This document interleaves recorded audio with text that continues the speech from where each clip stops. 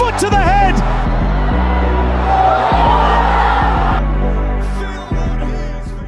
ম্যাচের ঠিক 2 minute Alexander পাভলোভিচের বুট সরাসরি পেদ্রো ভিতের মুখে। রিপ্লেতে স্পষ্ট দেখা যাচ্ছে ভয়ঙ্কর এক হাই বুট ফাউল, কিন্তু ভিআর রেফারি জো ডিকারসন গোল বহাল রাখলেন।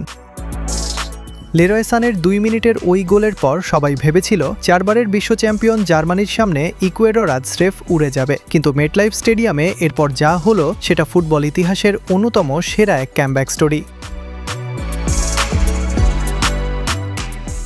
ইকুয়েডরের জন্য এই ম্যাচটা ছিল জীবন মরণের। অন্যদিকে আইভরি কোস্ট ততক্ষণে 2-0 গোলে কিউরাসাওকে হারিয়ে নকআউট নিশ্চিত করে ফেলেছে। গ্রুপ ই থেকে টিকতে হলে ইকুয়েডরকে আজ মিরাকেল কিছু করতে হতো। 20 বছর ধরে ওয়ার্ল্ড কাপের নকআউটে ওঠার অপেক্ষায় থাকা একটা দল ম্যাচের শুরুতেই এমন বিতর্কিত সিদ্ধান্তে পিছিয়ে পড়ল। পাভলোভিচকে হলুদ কার্ড দিয়ে হাফ টাইমে তুলে নেওয়া হলো ঠিকই, কিন্তু গোলটা জার্মানির নামের পাশেই রয়ে গেল। গ্যালারির গর্জন তখন ক্ষোভে রূপ নিয়েছে, কিন্তু ইকুয়েডর হাল ছাড়েনি। তারা জার্মানির চোখে চোখ রেখে ব্যাক করলো। মাত্র 7 মিনিট পরই নেলসন অ্যাঙ্গুলোর গোলে স্কোর লাইন 1-1, হিসাব পাল্টে দেওয়া শুরু। খেলা এগোচ্ছে।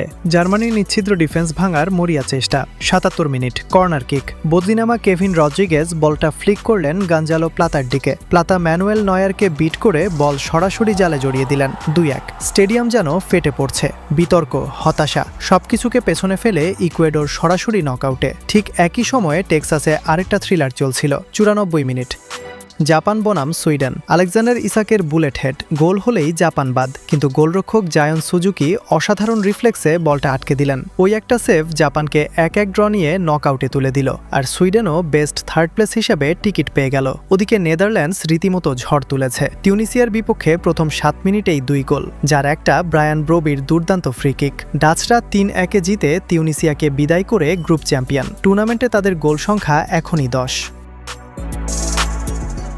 তবে আজকে সব রোমাঞ্চকে ছাড়িয়ে গেছে ইকুয়েডরের ওই 20 বছরের অপেক্ষার অবসান।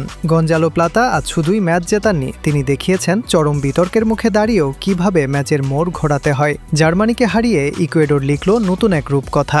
90 মিনিটের এই রোলার কোস্টার রাইড যদি আপনারও নার্ভাসনেস বাড়িয়ে থাকে, তবে বিশ্বকাপের প্রতিদিনের মাঠের ভেতরের এমন থ্রিলিং আপডেট পেতে লাইক দিয়ে সাবস্ক্রাইব করে রাখুন। ইউএসএ আর তুরস্কের ম্যাচ এখনও চলছে, রেজাল্ট যাই হোক। আমার প্রশ্নটা অন্য জায়গায়। পাভলোভিচের ওই হাইবুটের পরও ভিআর যেভাবে জার্মানির গোলটা লিগাল বলল, সেটা কি আসলেই ফেয়ার ছিল, নাকি বড় দল দেখেই রেফারি চুপ থাকলেন? কমেন্টে জানান।